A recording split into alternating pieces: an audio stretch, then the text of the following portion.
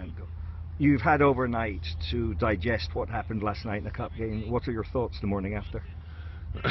Well, obviously, not happy, but I thought for 77 minutes we were good, in terms of what we needed to do. I think a lot of their shots came after that point, and obviously a mistake was made that allowed them to equalize the game. That was like giving them a shot of adrenaline to everybody on the field. Plus, they had two players come on as subs who were fresh, and then the whole game tipped on that. I think if we hold on to that, even though they'd made the subs, if we could hold on to that for another 3-4 minutes, I think we walk away 2-1 winners.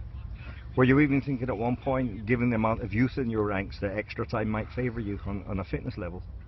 Not really, because we had a number of guys who really haven't played 90 minutes. I mean, Farfan, that was the first time he's played 90 minutes since last September. And Zach Mathers hasn't played 90 minutes, so and then Kovar had to come out with a broken collarbone, so we had to make changes and we had to make adjustments. If there's any upside to last night, is it perhaps that some of the younger players are now finally pushing the first-team regulars for that starting slot? Yeah, I mean, there's some guys who have done well. Fisher has done well playing as an outside back. Remick has had some good moments as well. Mathers is definitely a player for the future for the group. Farfan finally getting back into rhythm and getting game time is important. Olex still has a lot to learn, but he's got that explosiveness, that is always a danger for the opponent.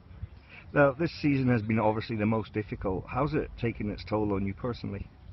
It's never fun to lose, and I always, my saying is always that losing motivates me and winning sustains me. So right now I'm highly motivated, but when you're in a situation like we're in, you end up, turning over the rock, looking underneath, saying, is there something we can change? Is there something we can do better? Is there something I'm missing somehow? And, so we've tried to really analyze that, but I still feel confident that the team is putting out an effort, that the team's behind what we're trying to do. And there's been times where we've played very, very good football, but we haven't won. Given that you've had 7 successful winning seasons and 7 successful playoff qualifications, was this year in some way almost inevitable at some point? You don't want it to be inevitable. You want to reload, you don't want to rebuild. But when you look at teams, and you look at a lot of teams that are doing well now, and you're looking at